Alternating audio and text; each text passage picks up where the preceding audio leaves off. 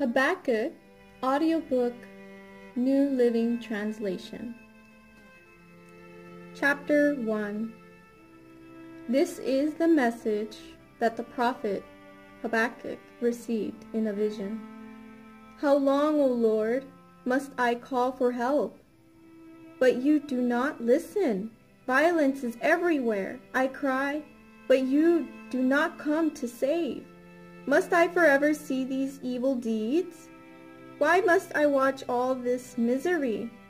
Wherever I look, I see destruction and violence. I am surrounded by people who love to argue and fight. The law has become paralyzed, and there is no justice in the courts. The wicked far outnumbered the righteous, so that justice has become perverted. The Lord replied, Look around at the nations, look and be amazed, for I am doing something in your own day, something you wouldn't believe even if someone told you about it. I am rising up the Babylonians, a cruel and violent people. They will march across the world and conquer other lands. They are notorious for their cruelty and do whatever they like. Their horses are swifter than cheetahs and fiercer than wolves at dusk. Their charioteers charge from far away. Like eagles, they swoop down to devour their prey. On they come, all bent on violence. Their hordes advance like a desert wind, sweeping captives ahead of them like sand. They scoff at kings and princes and scorn all their fortresses. They supply pile ramps of earth against their walls and capture them. They sweep past like the wind and are gone. But they are deeply guilty, for their own strength is their God.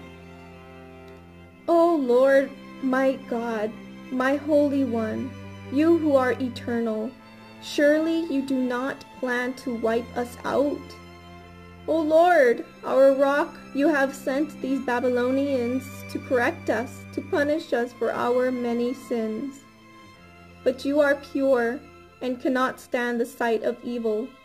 Will you wink at their treachery? Should you be silent while the wicked swallow up people more righteous than they? Are we only fish to be caught and killed? Are we only sea creatures that have no leader?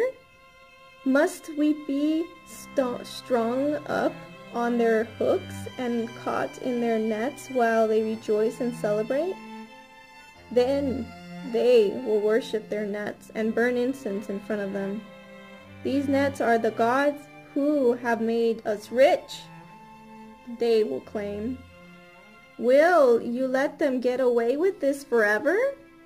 Will they succeed forever in their heartless conquests? Chapter 2. I will climb up to my watchtower and stand at my guard post. There I will wait to see what the Lord says and how he will answer my complaint. Then the Lord said to me, Write my answer plainly on tablets, so that a runner can carry the correct message to others. This vision is for a future time. It describes the end, and it will be fulfilled. If it seems slow in coming, wait patiently, for it will surely take place. It will not be delayed. Look at the proud. They trust in themselves, and their lives are crooked.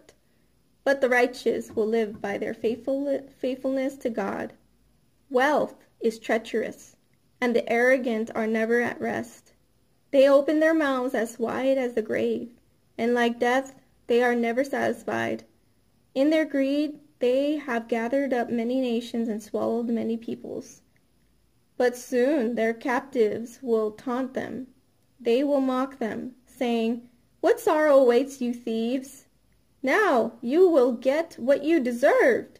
You've become rich by extortion. But how much longer can this go on? Suddenly, your debtors will take action. They will turn on you and take all you have, while you stand trembling and helpless, because you have plundered many nations. Now all the survivors will plunder you. You committed murder throughout the countryside and filled the towns with violence. What sorrow awaits you who build big houses with money gained dishonestly. You believe your wealth will buy security, putting your family's nest beyond the reach of danger. But by the murders you committed, you have shamed your name and forfeited your lives. The very stones in the walls cry out against you, and the beams in the ceilings echo the complaint. What sorrow awaits you who build cities with money gained through murder and corruption. Has not the Lord of heaven's armies promised that the wealth of nations will turn to ashes?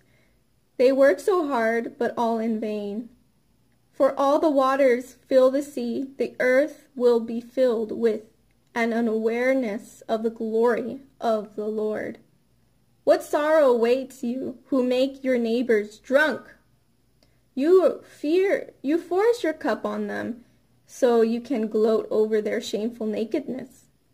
But soon it will be your turn to be disgraced. Come, drink, and be exposed.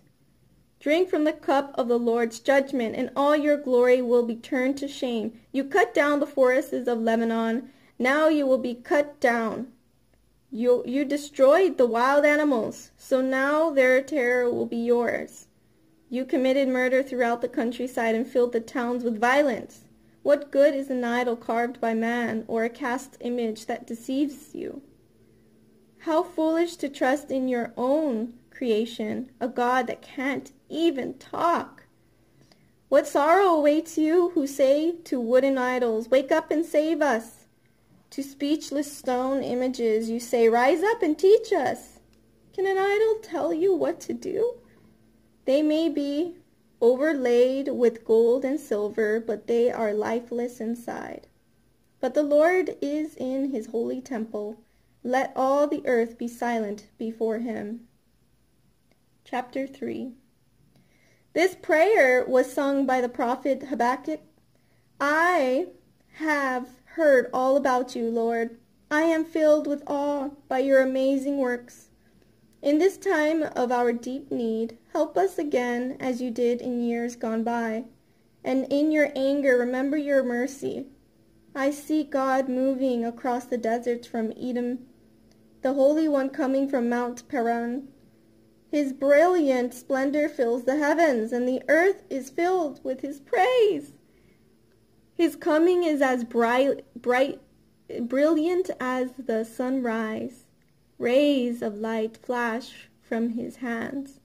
Where his awesome power is hidden, pestilence marches before him, plague follows close behind. When he stops, the earth shakes. When he looks, the nations tremble. He shatters the everlasting mountains and levels the eternal hills. He is the eternal one. I see the people of Cushan in distress, and the nation of Midian trembling in terror. Was it in anger, Lord, that you struck the rivers and parted the sea? Were you displeased with them? No, you were sending your chariots of salvation. You brandished your bow and your quiver of arrows. You split open the earth with flowing rivers. The mountains watched and trembled. Onward swept the raging waters. The mighty deep cried out, lifting its hands to the Lord. The sun and moon stood still in the sky as your brilliant arrows flew and your glittering spears flashed. You marched across the land in anger and trampled the nations in your fury. You went out to rescue your chosen people, to save your anointed ones. You crushed the heads of the wicked and stripped their bones from head to toe. With his own weapons you destroyed the chief of those who rushed out like a whirlwind, thinking Israel would be easy prey. You trampled the sea with your horses, and the mighty waters piled high.